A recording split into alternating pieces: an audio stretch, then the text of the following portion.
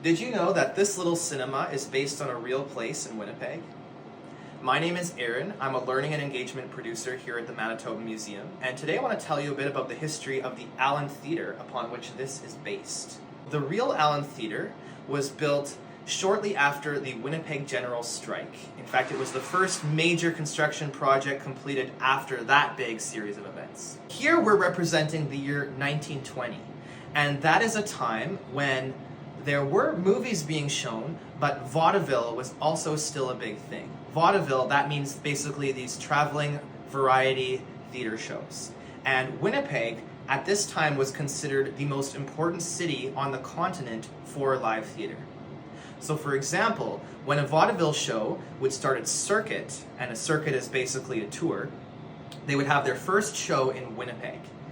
And if it did well here, that was great, they would continue on. If it did poorly, that would often be the end of their run, and they would call it a day. In the 1920s, it was becoming increasingly common for vaudeville shows to also have short movies playing alongside the live acts. And over time, the movies overtook vaudeville in popularity. But during the 1920s, there were only silent films. That means that people making movies did not yet have the technology to capture live dialogue and sound effects and have that playing with the images. So the only thing that you would hear during a silent film was typically music. So at a place like the Allen Theatre, they had an orchestral pit. So they built a little pit that could accommodate 15 musicians as well as one conductor. And they even had a big pipe organ. And that surely added a lot of drama to the films that were shown at the Allen Theatre.